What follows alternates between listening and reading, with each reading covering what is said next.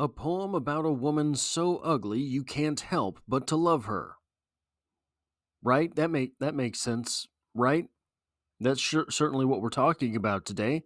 Welcome to Strip Cover Lit, where we squeeze the bigger picture out of literature. I'm Adrian Ford, and we are here for another poetry discussion. This poetry comes to us from William Shakespeare, and it will appear, of course, in the poetry discussion playlist. Now over 610 videos in the poetry discussion playlist. The poem in question, Sonnet 130, reads as such. My mistress's eyes are nothing like the sun. Coral is far more red than her lips red. If snow be white, why then her breasts are done. If hairs be wires, black wires grow on her head. I have seen roses demasked red and white, but no such roses see I in her cheeks.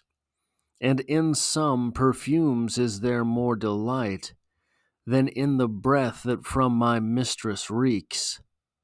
I love her, I love to hear her speak, yet well I know that music hath a far more pleasing sound.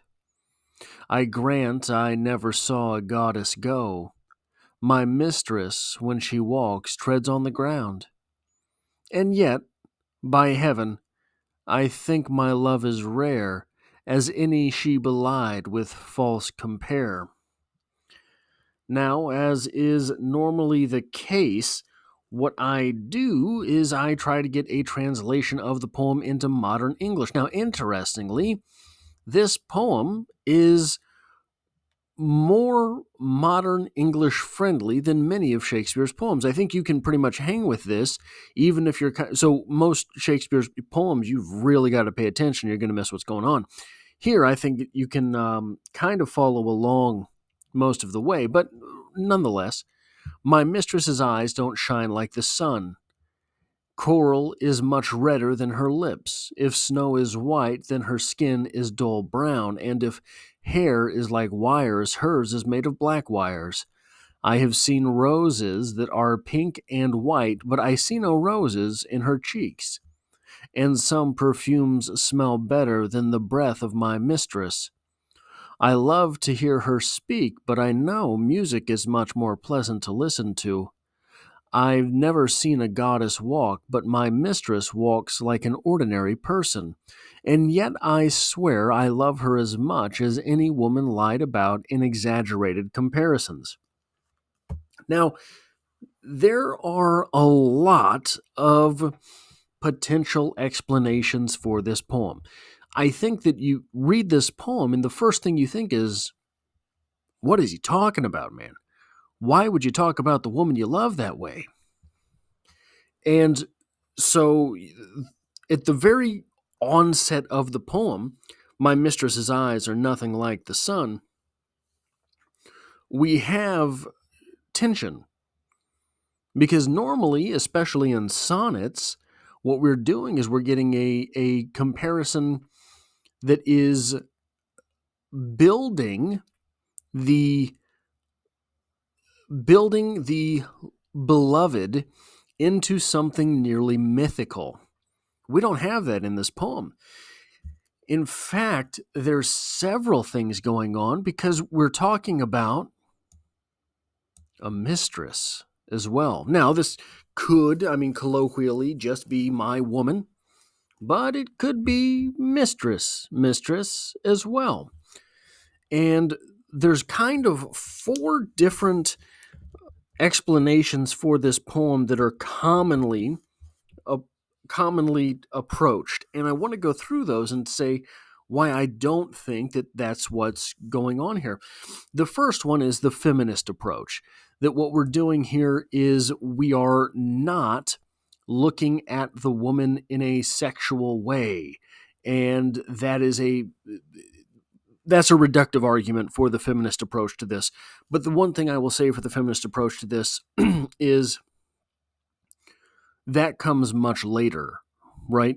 So Shakespeare was famous for, perhaps infamous, for giving points of view to people who should not have points of view and making sort of despicable characters out of people that should be exalted.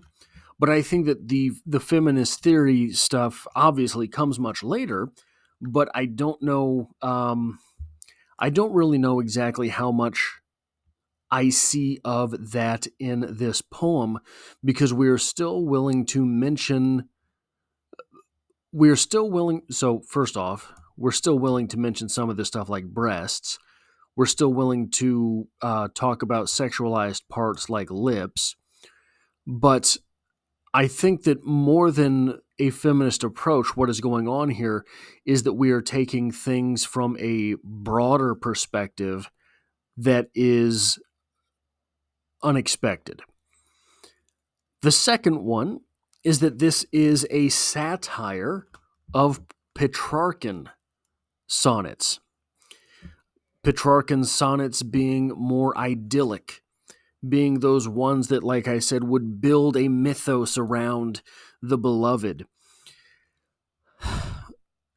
I think that that is a shortcoming. That the I think that using that as an explanation for this poem is shortcoming in the way that Shakespeare was capable of much more than that. Why just write a satire? If you read these sonnets, there are so many things working on so many levels throughout those sonnets. If you read his plays, there are so many things working on so many levels that simply satire, in my opinion, would not explain a poem like this, which sticks out so wildly in his canon. The next one is that this is a celebration of realistic love. There's some weird stuff in here, like describing your lover's hair as black wire, like saying that your woman's breath reeks. Those are maybe extreme, but there are other things like saying, I have seen roses demasked red and white, but I see no roses in her cheeks. Okay, well that's just making someone realistic. Then we have, where is it here? I grant I never saw a goddess go. My mistress, when she walks, treads on the ground. My woman does not fly above the path, she walks on the ground. I think that is, and then there's obviously the final. And yet, by heaven, I think my love is rare, as any she belied with false compare. So saying basically, I think we're on the level here. We're not going to lie. We're not going to lie, right? I think that that is a shortcoming. I don't think that does justice to this poem either, because there's a lot. This is just too weird to say, oh, well, it's a realistic explanation of love. No, no, there's some weird stuff going on there.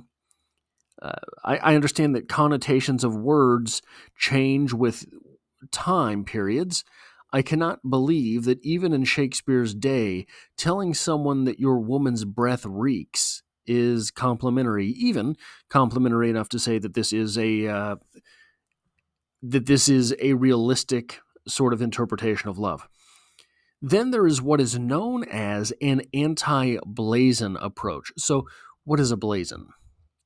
A blazon is a literary device commonly used in poetry to describe and celebrate the physical features of a person, typically a woman, by cataloging them in a detailed and often idealized manner.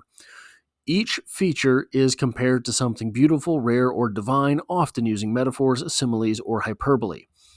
It is called the anti-blazon approach, despite the fact that what we have is straight up blazon.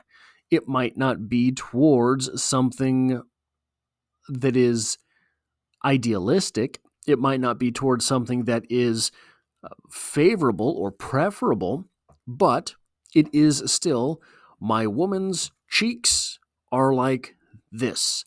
My woman's lips are like this. It is still that blazon type approach.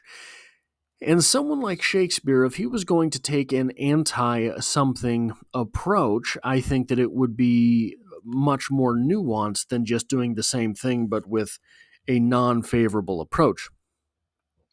I think what is going on here is that we do have an accurate portrayal. So let's read through this poem one more time. My mistress's eyes are nothing like the sun, so they're dark. Coral is far more red than her lips red, so her lips are pale. If snow be white, why then her breasts are dun. If hairs be wires, black wires grow on her head. I have seen roses damasked, red and white, but no such roses see I in her cheeks. And in some perfumes is there more delight than in the breath, pardon me, that from my mistress reeks.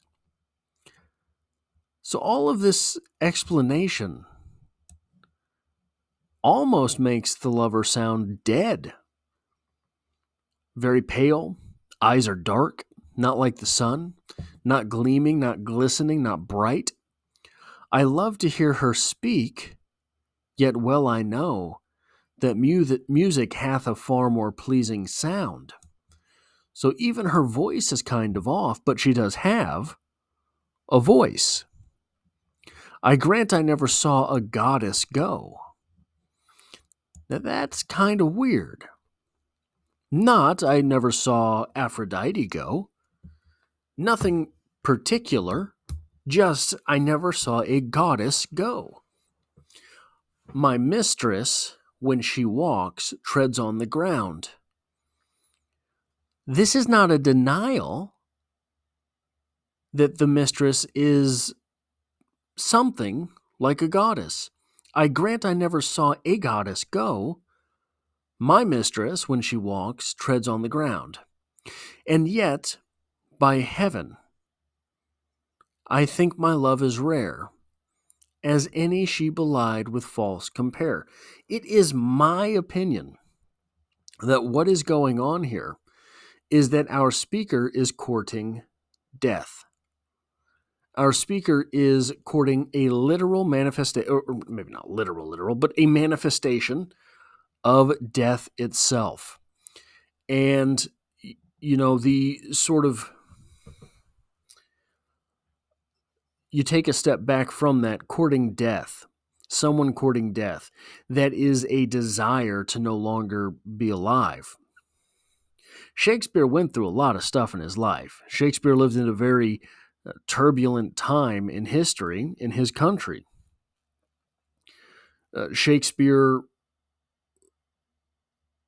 I don't think that you get to the place that Shakespeare was, having such complex characters, without that complexity being represented in your very own life. There is a lot of speculation. Shakespeare had a child that died.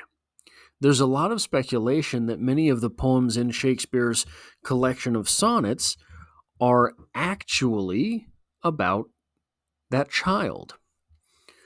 And I think that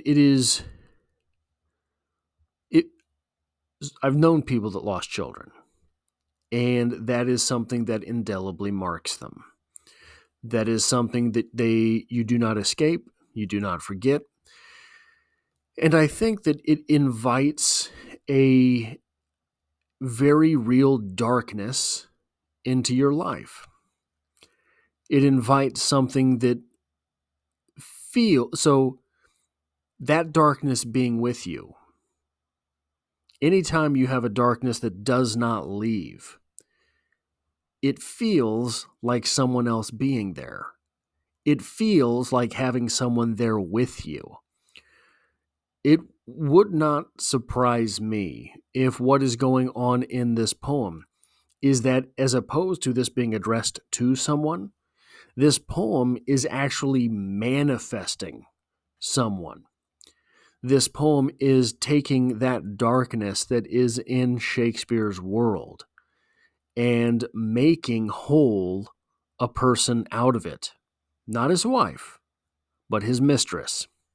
That is what I have for this poetry discussion. If you like or appreciate what it is that I do here, hitting the like button really does help me out, as it tells YouTube to share this video with other literature lovers. If you find yourself here by chance but not design, literature is the only thing that I talk about on this channel, dropping multiple videos every single week. There's poetry every Monday, and I hope to have you back for the next one.